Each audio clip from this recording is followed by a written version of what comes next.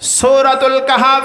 যখন মক্কার মুশরিকরা বিশ্ব নবীর ব্যাপারে তারা কনফিউশনের ভিতরে পড়ে গেলেন, বিশ্ব নবী যখন ইসলামের বাণী প্রচার করা শুরু করলেন, কালেমার দাওয়াত দেওয়া যখন শুরু করলেন, মানুষ দলে দলে ঐক্যবদ্ধ হয়ে যখন কালেমার সুশীতল পতাকা তলে প্রবেশ করা শুরু করলো, তখন মক্কার মুশরিকরা তারা বিভিন্ন জায়গায় প্রচার শুরু করলো মোহাম্মদ কি আসলে সত্য নবী।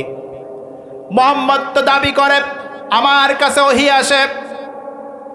তারা একটা সন্দেহের ভিতরে পড়ে গেল। তারা তখন কি করল?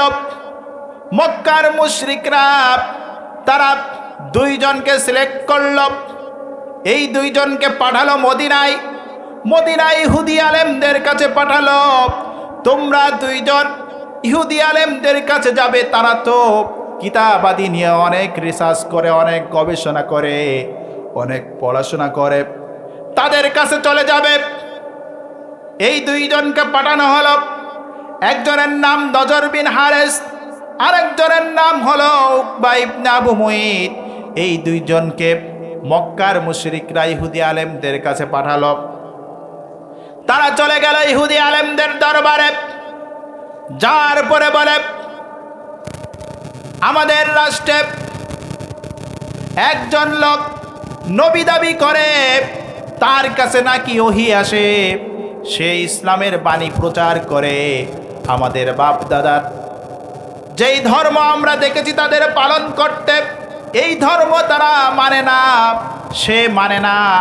এখন আমাদেরকে জানান, সে কে আসলে সত্য নবী নাকি মিথ্যা নবী। মদিনার ইহুদি আলেমরা তখন বলল, শোনো, তোমাদেরকে তিনটি খুব সিক্রেট কোশ্চেন আমি শিখিয়ে দিচ্ছি। এই তিনটি কোশ্চেন ওই ব্যক্তিকে তোমরা করবে। সে যদি এই তিনটি প্রশ্নের উত্তর দিতে পারে, তাহলে তোমরা বুঝবে নিঃসন্দেহে ইনি হলো সত্য নবী। আর যদি সেই তিনটি প্রশ্নের উত্তর যথাযথভাবে দিতে না পারে, তাহলে তোমরা ধরে নিবে সে হলো বানোয়াট মিথ্যা ভুয়া নবী।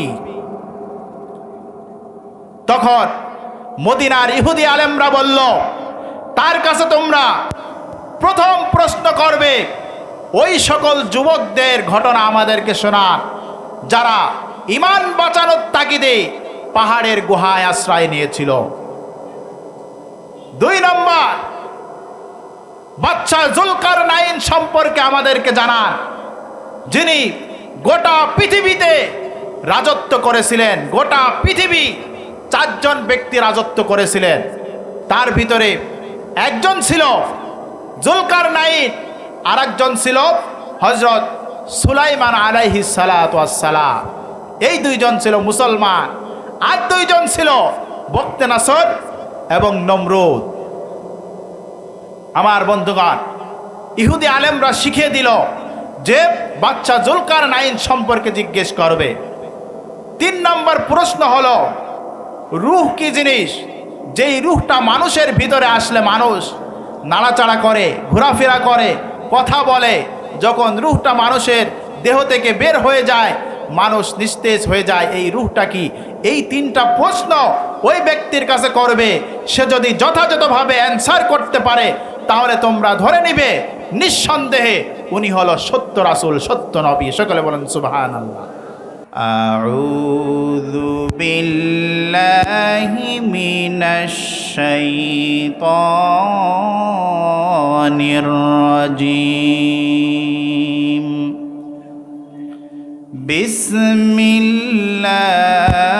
বিসমিল্লাহির রাহমানির রাহিম।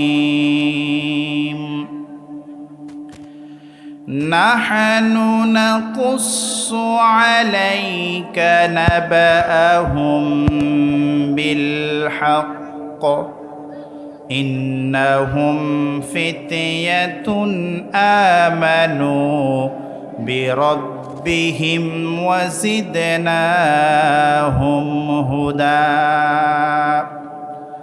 وربطنا على قلوبهم إذ قاموا فقالوا ربنا رب السماوات والأرض وقال تعالى إن الله وملائكته يصلون على النبي يا أيها الذين آمنوا صلوا عليه وسلموا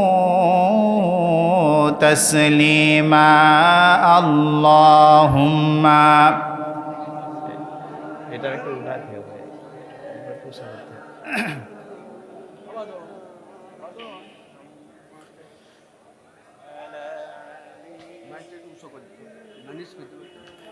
মাওলানা মুহাম্মদ আল্লাহ তুমি অপরূপ না জানি কত সুন্দর তোমায় আমি সপেছি প্রাণ সপেছি এই অন্তর আল্লাহ তুমি অপরূপ তোমার আলো ছড়িয়ে পড়ে সুন্দর এই পৃথিবীতে চাঁদ সূরজ জেগে ওঠে তোমার ডাকে সাড়া দিতে তোমার আলো ছড়িয়ে পড়ে সুন্দর এই পৃথিবীতে চাঁদ সূরজ জেগে ওঠে তোমার ডাকে সাড়া দিতে তুমি আছো বুকের গভীর গহীন ভিতর আল্লাহ তুমি অপরূপ না জানি কত সুন্দর তোমায় আমি সপেছি প্রাণ সপেছি এই অন্তর আল্লাহুম্মা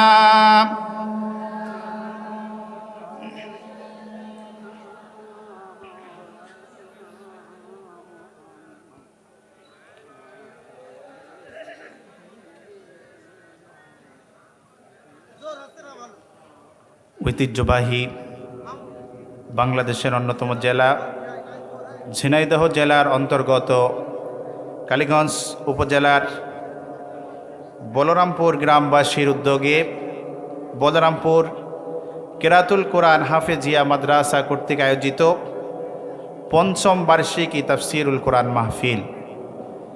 আজকের মাহফিলকে অলঙ্কিত করেছেন আজকের মাহফিলের সম্মানিত শ্রদ্ধাভাজন সভাপতি জনাব আলহাজ মোহাম্মদ আকবর আলী লস্কর।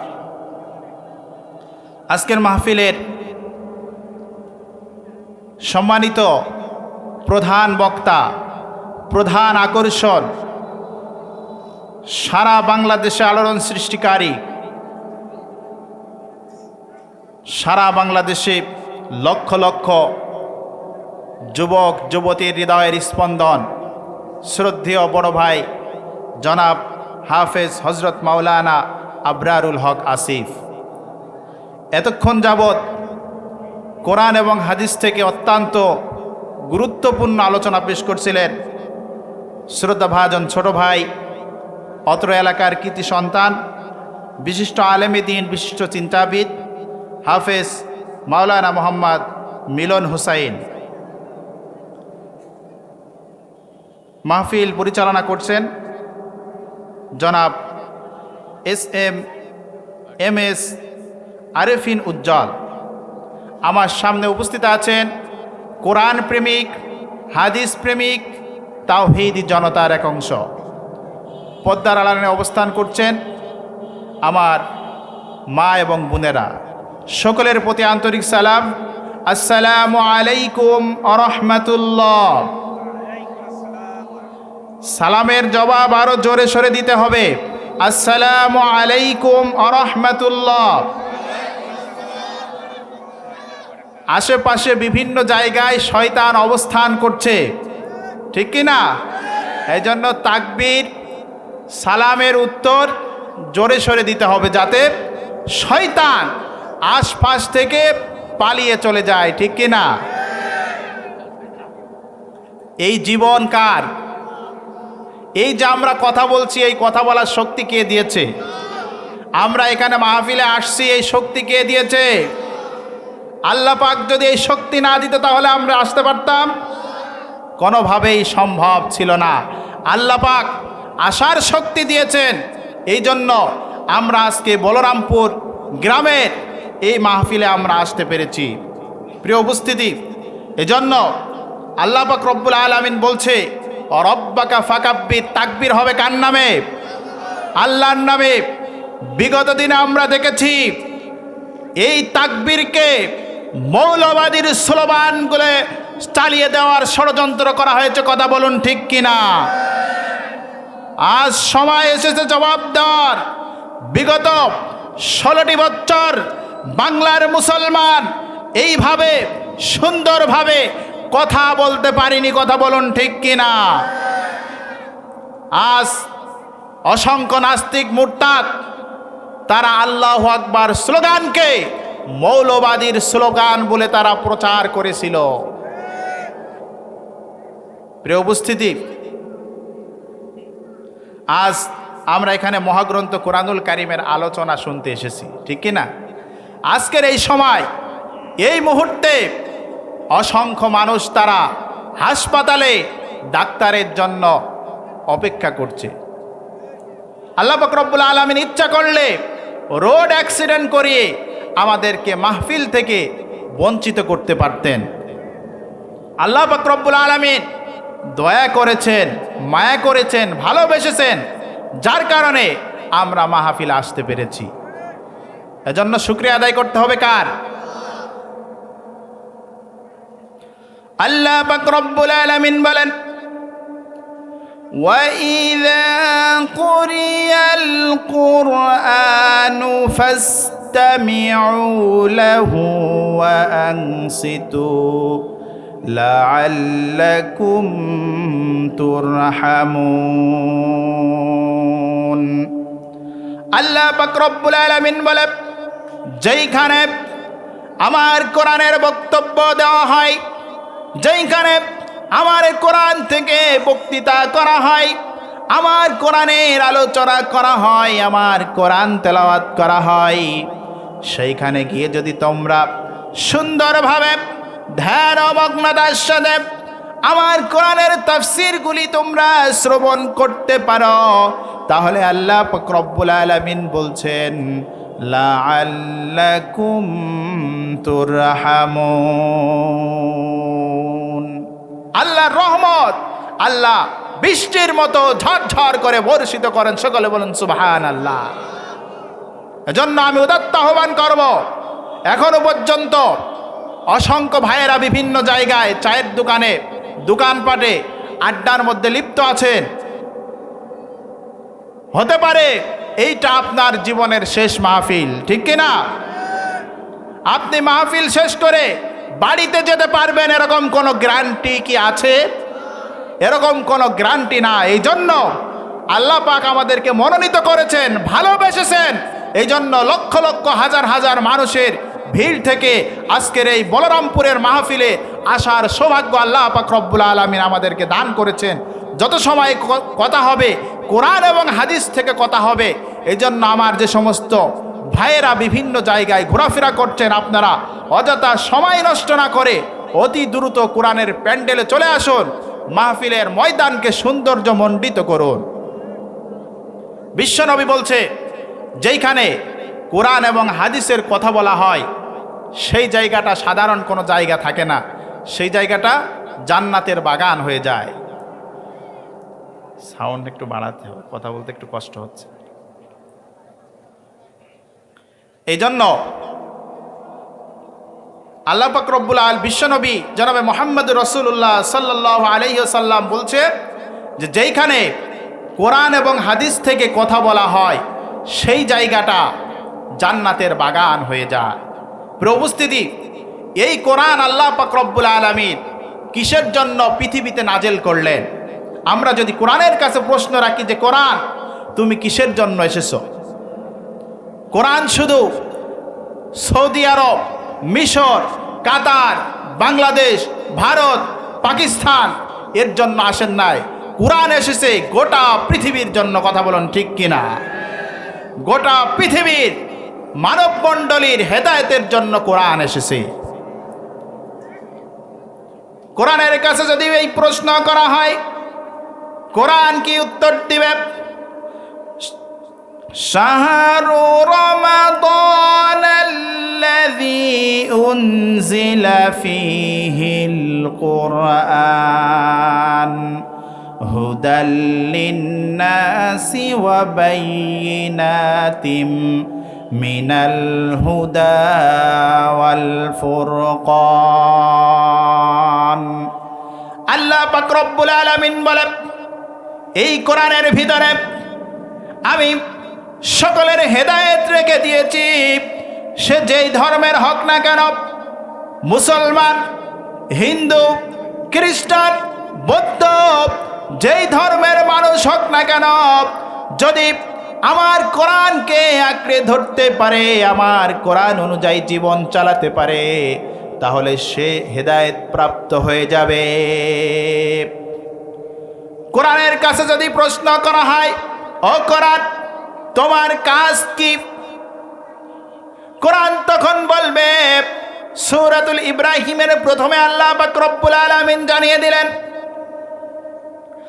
আলিফ লাম রা কিতাবুন আনজালনাহু ইলাইকা লিতুখরিজান নাসা মিনাজ যুলুমাতি ইলান নূর।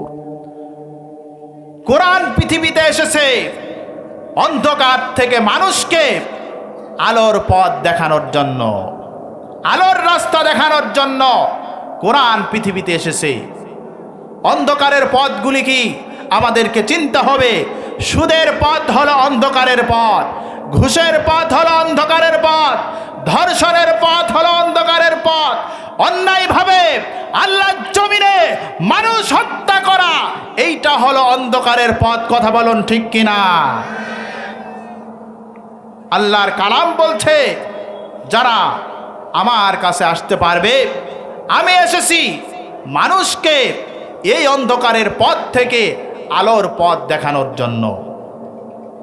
এই কোরআন আমরা মনে করি মসজিদের তাকে থাকবে, মাদ্রাসায় থাকবে, ওয়াজ মাহফিলে কোরআন থেকে কথা বলবে, শুধু এই জন্য কোরআন আসে নাই। এজন্য আমরা একটা স্লোগান দিব, তাকবীর দিব, এরপরে আমরা আমাদের আলোচনার মূল বিষয়ে আমরা প্রবেশ করব ইনশাআল্লাহ। সবাই রাজি আছেন তো? লিল্লাহে তাকবীর, লিল্লাহে তাকবীর। আমার বন্ধুগণ, আমি মহাগ্রন্থ কোরআনুল কারীম থেকে একটি আয়াত তেলাওয়াত করেছি, যেই সূরাটা অত্যন্ত গুরুত্বপূর্ণ। মহাগ্রন্থ কোরআনুল কারীমের 15 পারায় অবস্থিত এবং কোরআনুল কারীমের 18 নম্বর সূরা। কত নম্বর? 18 নম্বর সূরা, সূরাতুল কাহাফ। এই সূরার আয়াত সংখ্যা 110টি, রুকু সংখ্যা 12টি। আলোচনা যতটুক শুনবেন এতটুক মনে রাখতে হবে। কত নম্বর সূরা কোরআনুল কারীমের? 18 নম্বর সূরা। কোন সূরা এটা? সূরাতুল কাহাফ। আপনারা গতদিন ফারাসপুরে কারা কারা ছিলেন একটু হাত উঁচু করেন তো দেখি। গতদিন ফারাসপুরে আমি মৃত্যুর কয়েকটি বৈশিষ্ট্য নিয়ে আলোচনা করেছিলাম। আজকে সূরাতুল কাহাফ থেকে আসহাবে কাহাফের 7 যুবকের ইতিহাস আল্লাহ পাক রব্বুল আলামিন এই কোরআনুল কারীমের সূরাতুল কাহাফের ভিতরে আল্লাহ পাক রব্বুল আলামিন বর্ণনা করেছেন। সকলে বলুন সুবহানাল্লাহ। এই 7 জন যুবক ওই রাষ্ট্রের ভিতরে যখন সকলেই মূর্তি পূজা করত, সকলেই শিরকের সাথে জড়িত ছিল, সকলেই আল্লাহর বিধান ছেড়ে দিয়ে তারা তাদের নিজেদের বানানো আইন বিধান তারা মানত। কিন্তু এই 7 জন যুবক তখন দৃঢ় শপথ গ্রহণ করলেন যে আমাদের জীবন থাকা পর্যন্ত আমরা আল্লাহর আইনের বিপরীত, আমরা কোনো আইনের কাছে, কোনো বিধানের কাছে আমরা আমাদের মাথাকে নত করে দিব না। আমার বন্ধুগণ, শুধু তাই নয়, এই সূরায় অনেক ফজিলত রয়েছে। আমরা যদি প্রতি জুমার দিনে এই সূরাটি তেলাওয়াত করতে পারি তাহলে বিশাল ফজিলত রয়েছে। এক জুমা থেকে আরেক জুমা পর্যন্ত আল্লাহ পাক রব্বুল আলামিন আমাদেরকে নূরে তাজাল্লি দান করে দেন। আরেকটি বিশেষত্ব হলো, অন্যান্য সূরা যখন নাজিল হয়েছে, নাজিল হওয়ার সময় জিবরিল আমিন বিশ্ব নবীর কাছে এসে ওহী নাজিল করেছেন, ঠিক কি না? কিন্তু এই সূরা নাজিলের সময় 1 নয় 2 নয় 70,000 ফেরেশতার বিশাল একটি বহর নিয়ে জিবরিল আমিন বিশ্ব নবীর কাছে এসেছিলেন। সকলে বলুন আল্লাহু আকবার। এত গুরুত্বপূর্ণ এই সূরা।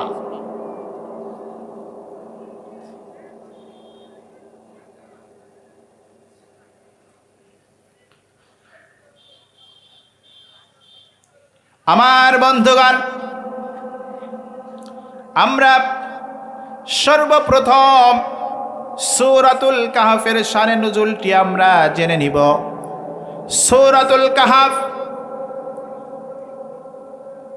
যখন মক্কার মুশরিকরা বিশ্ব নবীর ব্যাপারে তারা কনফিউশনের ভিতরে পড়ে গেলেন, বিশ্ব নবী যখন ইসলামের বাণী প্রচার করা শুরু করলেন, কালেমার দাওয়াত দেওয়া যখন শুরু করলেন, মানুষ দলে দলে ঐক্যবদ্ধ হয়ে যখন কালেমার সুশীতল পতাকা তলে প্রবেশ করা শুরু করলো, তখন মক্কার মুশরিকরা তারা বিভিন্ন জায়গায় প্রচার শুরু করলো মুহাম্মদ কি আসলে সত্য নবী। মুহাম্মদ তো দাবি করে আমার কাছে ওহী আসে। তারা একটা সন্দেহের ভিতরে পড়ে গেল। তারা তখন কি করল? মক্কার মুশরিকরা তারা 2 জনকে সিলেক্ট করল। এই 2 জনকে পাঠালো মদিনায়। মদিনায় ইহুদি আলেমদের কাছে পাঠালো, তোমরা 2 জন ইহুদি আলেমদের কাছে যাবে। তারা তো কিতাবাদি নিয়ে অনেক রিসার্চ করে, অনেক গবেষণা করে, অনেক পড়াশোনা করে, তাদের কাছে চলে যাবে। এই 2 জনকে পাঠানো হলো। একজনের নাম দজর বিন হারেস, আরেকজনের নাম হলো উকবা ইবনে আবু মুঈত। এই 2 জনকে মক্কার মুশরিকরা ইহুদি আলেমদের কাছে পাঠালো। তারা চলে গেল ইহুদি আলেমদের দরবারে। যার পরে বলে, আমাদের রাষ্ট্রে একজন লোক নবী দাবি করে, তার কাছে নাকি ওহী আসে, সে ইসলামের বাণী প্রচার করে। আমাদের বাপ দাদার যেই ধর্ম আমরা দেখেছি তাদের পালন করতে, এই ধর্ম তারা মানে না, সে মানে না। এখন আমাদেরকে জানান সে কে আসলে সত্য নবী নাকি মিথ্যা নবী। মদিনার ইহুদি আলেমরা তখন বলল, শোনো, তোমাদেরকে 3টি খুব সিক্রেট কোশ্চেন আমি শিখিয়ে দিচ্ছি। এই 3টি কোশ্চেন ওই ব্যক্তিকে তোমরা করবে। সে যদি এই 3টি প্রশ্নের উত্তর দিতে পারে তাহলে তোমরা বুঝবে নিঃসন্দেহে ইনি হলো সত্য নবী। আর যদি সেই 3টি প্রশ্নের উত্তর যথাযথভাবে দিতে না পারে তাহলে তোমরা ধরে নিবে সে হলো বানোয়াট মিথ্যা ভুয়া নবী। তখন মদিনার ইহুদি আলেমরা বলল, তার কাছে তোমরা প্রথম প্রশ্ন করবে ওই সকল যুবকদের ঘটনা আমাদেরকে শোনান যারা ঈমান বাঁচানোর তাগিদে পাহাড়ের গুহায় আশ্রয় নিয়েছিল। 2 নম্বর, বাদশা জুলকারনাইন সম্পর্কে আমাদেরকে জানান। যিনি গোটা পৃথিবীতে রাজত্ব করেছিলেন, গোটা পৃথিবী 4 জন ব্যক্তি রাজত্ব করেছিলেন। তার ভিতরে একজন ছিল জুলকারনাইন, আর একজন ছিল হযরত সুলাইমান আলাইহিস সালাতু ওয়াস সালাম। এই 2 জন ছিল মুসলমান, আর 2 জন ছিল বখতে নাসর এবং নমরুদ। আমার বন্ধুগণ, ইহুদি আলেমরা শিখিয়ে দিল যে বাচ্চা জুলকারনাইন সম্পর্কে জিজ্ঞেস করবে। 3 নম্বর প্রশ্ন হলো, রূহ কি জিনিস? যেই রূহটা মানুষের ভিতরে আসলে মানুষ নাড়াচাড়া করে, ঘোরাফেরা করে, কথা বলে, যখন রূহটা মানুষের দেহ থেকে বের হয়ে যায় মানুষ নিস্তেজ হয়ে যায়, এই রূহটা কি? এই 3টা প্রশ্ন ওই ব্যক্তির কাছে করবে। সে যদি যথাযথভাবে অ্যান্সার করতে পারে তাহলে তোমরা ধরে নিবে নিঃসন্দেহে উনি হলো সত্য রাসূল, সত্য নবী। সকলে বলেন সুবহানাল্লাহ। আমার বন্ধুগণ, নজর বিন হারেস এবং উকবা ইবনে আবু মুঈত চলে আসলো মুশরিকদের কাছে। আসার পরে বলে, নেতাজি, আমরা খুব মারাত্মক 3টি প্রশ্ন জেনে এসেছি। এই 3টি প্রশ্ন ওই ব্যক্তির কাছে করতে হবে। সে যদি উত্তর দিতে পারে তাহলে আমরা ধরে নিব ইনিই সত্য নবী, আর যদি অ্যান্সার করতে না পারে তাহলে আমরা ধরে নিব উনি হলো মিথ্যা নবী। এরপরে মক্কার মুশরিকরা একত্রিত হয়ে বিশ্ব নবীর দরবারে চলে গেল। বিশ্ব নবীর দরবারে যে বলে, মোহাম্মদ তুমি কি বাসায় আছো? বিশ্ব নবী চলে আসলো। আসার পরে বিশ্ব নবীর কাছে তারা এই 3টি প্রশ্ন করলো যে, ও মোহাম্মদ, তুমি যদি এই 3টি প্রশ্নের অ্যান্সার করতে পারো, এই 3টি প্রশ্নের যথাযথ উত্তর যদি তুমি দিতে পারো, তাহলে আমরা কালেমা পড়ে আমরা ইসলাম গ্রহণ করব, আমরা মুসলমান হয়ে যাব। কাফিররা, মুশরিকরা তারা এই রকমের বিভিন্ন ওয়াদা দিয়ে থাকে, কিন্তু তারা সেটা কাজে করে না। তখন বিশ্বনবী বলল, তোমাদের কি কি প্রশ্ন? তখন তারা এই 3টি প্রশ্ন বলল। বিশ্বনবী বলল, আগামীকাল তোমাদের এই প্রশ্নের উত্তর আমি দিয়ে দিব। পরের দিন মক্কার কাফির মুশরিকরা চলে আসলো। ও মুহাম্মদ, আমাদের প্রশ্নের উত্তর দাও। বিশ্ব নবী প্রশ্নের উত্তর দিতে পারে না। মক্কার মুশরিকরা চলে গেল। দ্বিতীয় দিন আবার মক্কার কাফির মুশরিকরা আবার চলে আসলো। বিশ্ব নবী এই 3টি প্রশ্নের উত্তর দিতে পারে না। তৃতীয় দিন আবার মক্কার মুশরিকরা আসলো। বিশ্ব নবী প্রশ্নের উত্তর দিতে পারে না। এরপরে মক্কার কাফির মুশরিকরা সব জায়গায় সমালোচনা করা শুরু করলো, গীবত করা শুরু করলো। ওই যে মোহাম্মদ নবী বলে দাবি করছে, তাকে আমরা 3টি প্রশ্ন করেছি, সেই 3টি প্রশ্নের উত্তর দিতে পারছে না। তারা এইভাবে মক্কার অলিতে গলিতে সমস্ত জায়গায় অপপ্রচার করা শুরু করলো যে সে সত্য নবী নয়, সে হলো মিথ্যা বানোয়াট ভুয়া নবী। এইভাবে তারা অপপ্রচার করা শুরু করলো। বিশ্বনবী অত্যন্ত কষ্টের ভিতরে সময় কাটাচ্ছিল। 1 দিন, 2 দিন, 3 দিন, 4 দিন, 5 দিন, এইভাবে করতে করতে 1 নয় 2 নয় 10 দিন পার হয়ে গেল। বিশ্বনবী অত্যন্ত চিন্তিত, কারণ বিশ্বনবী নিজের থেকে কোনো কথা বলেন না। কথা বলুন ঠিক কিনা? ওয়ামা ইয়ানতিকু আনিল হাওয়া ইন হুয়া ইল্লা ওয়াহয়ু ইউহা। বিশ্বনবী যে কথা বলেন, আল্লাহ পাক ওহী পাঠান, বিশ্বনবী তারপরে বলেন। কথা বলুন ঠিক কিনা? বিশ্বনবী নিজের মন গড়া কোনো কথা সে বলেন না। এইভাবে করতে করতে 15 দিন পার হয়ে যাচ্ছে। বিশ্বনবী এই 3টি প্রশ্নের উত্তর দিতে পারে না। বিশ্বনবী কাবা চত্বরে মুখটি মলিন করে মনটি খারাপ করে বিশ্ব নবী বসে আছে।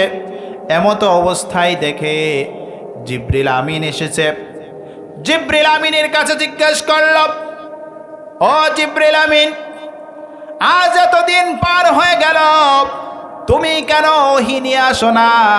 আমি ওই সমস্ত কাফির মুশরিকদেরকে ওয়াদা দিয়েছিলাম আগামীকালকে তোমাদের প্রশ্নের উত্তর দিয়ে দিব। তারা তো বিভিন্ন জায়গায় অপবাদ ছড়াচ্ছে, তারা বিভিন্ন জায়গায় বিভিন্ন বানোয়াট কথা ছড়িয়ে বেড়াচ্ছে। ও জিবরিল আমিন, তুমি এতদিন কেন আসো নাই? জিবরিল আমিন বলল, আল্লাহর অর্ডার না হওয়া পর্যন্ত আমি তো আসতে পারি না। জিবরিল আমিন বলল, ও আল্লাহর রাসূল, আমি একা আসি নাই, আমার সাথে আল্লাহ পাক রব্বুল আলামিন তারা আপনার কাছে যেই 3টি প্রশ্ন করেছে, এই 3টি প্রশ্নর সম্পূর্ণ ডিটেলস বিশাল উত্তর দিয়ে আল্লাহ পাক রব্বুল আলামিন জান্নাত থেকে আরো 70,000 ফেরেশতার বিশাল একটি বহর দিয়ে আল্লাহ পাক রব্বুল আলামিন পাঠিয়ে দিয়েছেন। একমাত্র এই সূরাতুল কাহাফ আল্লাহ পাক রব্বুল আলামিন 70,000 ফেরেশতা দিয়ে আল্লাহ নবীর কাছে পাঠিয়েছিলেন। আল্লাহ পাক রব্বুল আলামিন বলেন, ওয়ালা তাকুলান্না লিশাইইন ইন্নী ফাইলুন যালিকা গাদা ইল্লা আইয়াশা আল্লাহ। আল্লাহ পাক রব্বুল আলামিন বলছে, যদি তোমরা এই জাতীয় কোনো কথা বলো তাহলে কি বলবে? ইনশাআল্লাহ বলবে। বিশ্বনবী ইনশাআল্লাহ বলতে ভুলে গিয়েছিল, যার কারণে আল্লাহ পাক রব্বুল আলামিন দীর্ঘ 15টি দিন ওহী বন্ধ রেখেছিলেন। আমার বন্ধুগণ, এই 15 দিন পর আল্লাহ পাক রব্বুল আলামিন তার বন্ধুর কাছে ওহী পাঠালেন।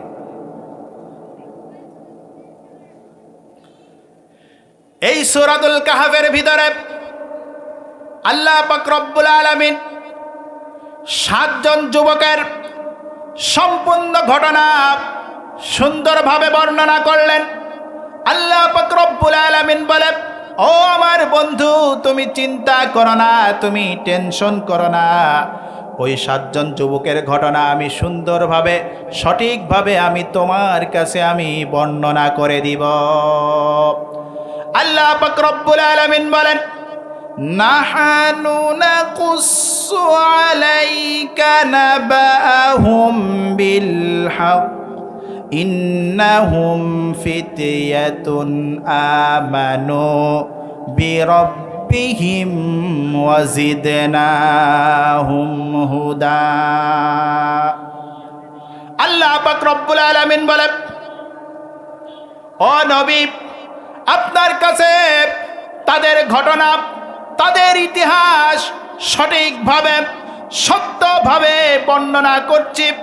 তারা ছিল কয়েকজন যুবক, তারা তাদের পালনকর্তার প্রতি বিশ্বাস স্থাপন করেছিল এবং আমি তাদের সৎ পথে চলার, সঠিক রাস্তায় চলার শক্তি আমি আল্লাহ পাক রব্বুল আলামিন তাদেরকে বাড়িয়ে দিয়েছিলাম। সেই সময় ওই রাষ্ট্রের ভিতরে একজন বাদশা ছিল, তার নাম ছিল দাকিয়ানুস। কি নাম ছিল? দাকিয়ানুস। সে তার রাষ্ট্রের ভিতরে আইন জারি করলো, তোমরা কেউ আমার আইন ছাড়া অন্য কারোর আইন, অন্য কারোর বিধান তোমরা মানতে পারবে না। নাউজুবিল্লাহ। আমি দাকিয়ানুসের আইন ছাড়া অন্য কোন আইন আমার এই রাষ্ট্রে, আমার এলাকায়, আমার সংসদীয় এলাকায় তোমরা কেউ বাস্তবায়ন করতে পারবে না। সে প্রতি বছর বিশাল একটি কনসার্ট, নৃত্যের আয়োজন করত, বিশাল একটি মেলার আয়োজন করত। সেখানে সকলেই, ওই রাষ্ট্রের যত গুরুত্বপূর্ণ ব্যক্তিবর্গ ছিল তারা সকলেই সেখানে অংশগ্রহণ করত। দিনের পর দিন, রাতের পর রাত সেখানে এইভাবে মূর্তি পূজা করা হতো, ড্যান্স করা হতো, কনসার্ট করা হতো।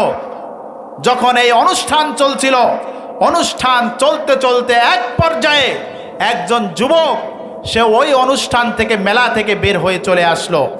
আসার পরে সে ফাঁকা একটি জায়গায় বসে আছে। কিছুক্ষণ পর আরেকটি যুবক চলে আসলো।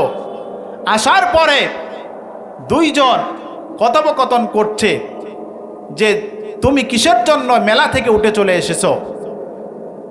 এক পর্যায়ে সে বলে, আমি এসেছি যে তারা নিজেরাই মূর্তি তৈরি করে সেই মূর্তির পূজা করছে, এইটা আমার কাছে পছন্দ না। সে আমাদের কিভাবে রিজিকদাতা হবে, সে আমাদের কিভাবে প্রভু হবে, সে কিভাবে আমাদের রব হবে, সে কিভাবে আমাদের সৃষ্টিকর্তা হবে। এইভাবে করতে করতে 7 জন যুবক এক পর্যায়ে এই মেলা থেকে উঠে চলে আসলো। এই 7 জন যুবক তখন সিদ্ধান্ত নিল, আমাদের উপরে যত জুলুম নির্যাতনের স্টিমরোলার চালানো হোক না কেন, আমরা কোনোভাবে আমরা ইসলাম থেকে, কোরআন থেকে আমরা বিন্দু পরিমাণ দূরে সরে যাব না। সকলে বলুন সুবহানাল্লাহ। এই খবর দাকিয়ানুস বাদশার কাছে চলে গেল। দাকিয়ানুস বাদশা তখন খবর পাঠালো, যে কোনো মূল্যে এই 7 জন যুবককে আমার দরবারে আনতে হবে। এক পর্যায়ে রাষ্ট্রীয় গোয়েন্দা লেগে গেল, কোথায় আছে তারা, কি করছে তারা, এই তথ্যগুলি আপডেট তারা দিতে লাগলো। এক পর্যায়ে তাদেরকে দাকিয়ানুজের দরবারে আনা হলো। দাকিয়ানুজের দরবারে যখন আনা হলো, দাকিয়ানুজের এই সংসদের ভিতরে, রাজপ্রাসাদের ভিতরে যখন কেউ প্রবেশ করবে, সেই জায়গায় এই দাকিয়ানুজ বিশাল একটি গেট নির্মাণ করলো। আর এই গেটটি নির্মাণ করলো এমনভাবে, কেউ যদি বাহির থেকে প্রবেশ করে, বাহির থেকে প্রবেশ যদি কেউ করে, অটোমেটিক তার মাথাকে নিচু করতে হবে। আর যখন মাথা নিচু করবে, এই গেটের সামনেই দাকিয়ানুস বাদশার বিশাল একটি মূর্তি তৈরি করে রেখেছে। অটোমেটিক সে যেন তার মূর্তিকে সেজদা করলো। নাউজুবিল্লাহ।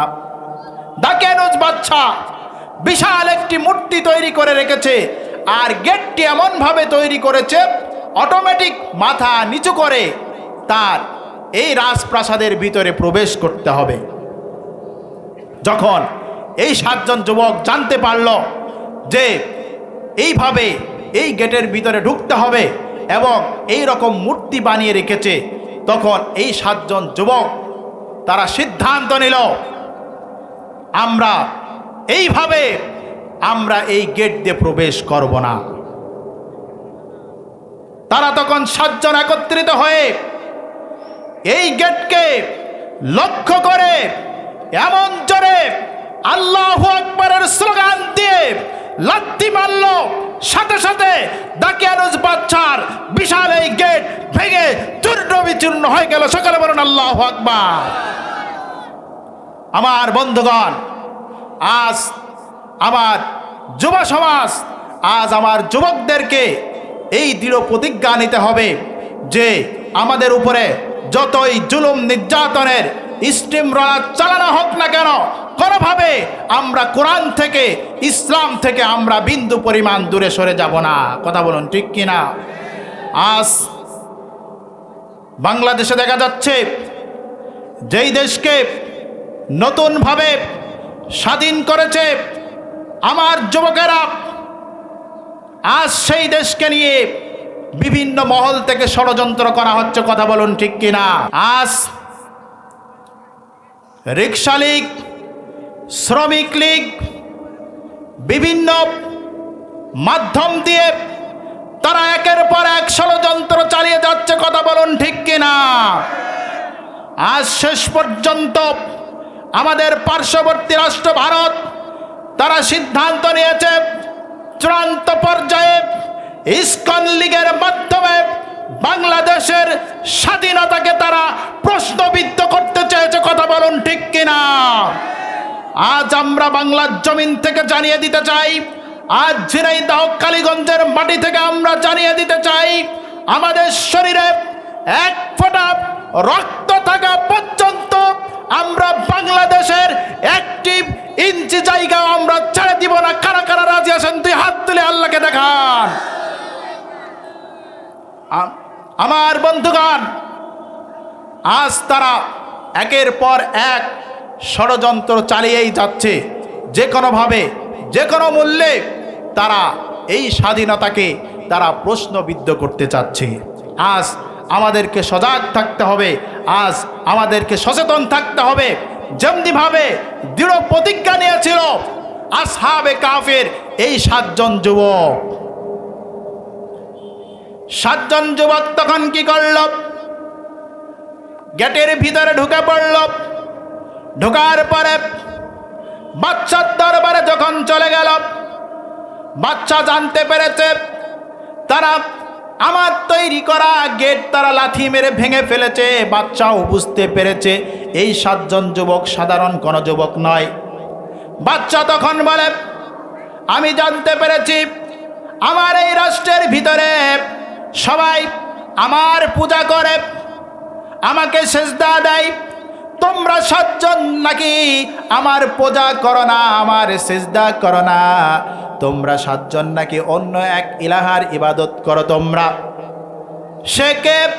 তোমাদের সেই প্রভুকে, তোমাদের সেই প্রভুর পরিচয় দাও। তারা 7 জন যুবক তখন বলল, আমাদের প্রভুর পরিচয় হলো রব্বুনা রব্বুস সামাওয়াতি ওয়াল আরদ। তারা বলল, আমাদের রব, আমাদের সৃষ্টিকর্তা, আমাদের প্রভু হলো তিনি, যিনি আকাশ সৃষ্টি করেছেন, জমিন সৃষ্টি করেছেন। তিনিই হলো আমাদের বিধানদাতা, তিনিই হলো আমাদের সৃষ্টিকর্তা। আমার বন্ধুগণ, এক পর্যায়ে এই বাদশা তাদেরকে বিভিন্ন রকমের হুমকি ধামকি দেখানো শুরু করলো। বাদশা বলল, তোমরা তো যুবক মানুষ, তোমরা তো ইয়াং মানুষ, তোমাদের বুদ্ধি এখনো এত বেশি বুদ্ধি এখনো হয়ে পারিনি। তোমরা এই জন্য এই সিদ্ধান্ত নিয়েছ। তোমাদেরকে আরো 3 দিন সময় দিচ্ছি, তোমরা তোমাদের মত পাল্টিয়ে তোমরা তারপরে আমার দরবারে আসবে। আল্লাহ পাক রব্বুল আলামিন বলছেন, যখন বাচ্চা তাদেরকে ভয় দেখাচ্ছিল, বিভিন্ন রকমের হুমকি ধামকি দেখাচ্ছিল, তখন আমি আল্লাহ পাক রব্বুল আলামিন কি করলাম? আল্লাহ পাক রব্বুল আলামিন বলে, ওয়ারাবাতনা আলা কুলুবিহিম ইয কামু ফাকালু রব্বুনা রব্বুস সামাওয়াতি ওয়াল আরদ। আল্লাহ পাক রব্বুল আলামিন বলে, আমি সে সময় তাদের চিন্তাকে দৃঢ় করে দিলাম যখন তারা উঠল এবং ঘোষণা করল, আমাদের মালিক তো তিনি, যিনি জমিনেরও মালিক, আসমানেরও মালিক, তিনিই হলো আমাদের একমাত্র মালিক। আমরা তাকে ছাড়া আর কাউকে আমরা মাবুদ বলে আমরা ঘোষণা করব না। আমার বন্ধুগণ, বাদশা তখন তাদেরকে বলল, তোমরা যদি তোমাদের এই মত পাল্টিয়ে না নিয়ে আসো, তাহলে তোমাদেরকে মৃত্যুদণ্ড দেওয়া হবে। এই 7 জন যুবক তখন চলে আসলো। আসার পরে তারা সিদ্ধান্ত নিল যে এই রাষ্ট্রের ভিতরে ইসলামের বাণী প্রচার করা যায় না, ইসলাম অনুযায়ী আমরা চলতে পারি না। সুতরাং আমাদেরকে কি করতে হবে? আমরা হিজরত করে অন্য কোথাও চলে যাব। এই 7 জন যুবক তখন এই বিষয় নিয়ে আলোচনা করল, কারণ 3 দিন পরে বাদশার ফোর্স আমাদেরকে নিয়ে যাবে, নিয়ে যাওয়ার পরে আমাদেরকে হত্যা করে ফেলবে। সুতরাং আমরা এই দেশে না থেকে আমরা হিজরত করে চলে যাব। এই 7 জন যুবক পরামর্শ করল, অমক দিন অমক সময় এই জায়গায় আসবে, আসার পরে আমরা এইখান থেকে রওনা করব। ঠিক তাদের কথা মতো 7 জন যুবক গভীর রজনীতে একত্রিত হয়ে গেল, এক জায়গায় চলে আসলো। আসহাবে কাহফের এই 7 জন যুবক একত্রিত হয়ে গেল। হওয়ার পরে গভীর রজনীতে তারা অচেনা এক রাস্তায় তারা যাত্রা শুরু করেছে।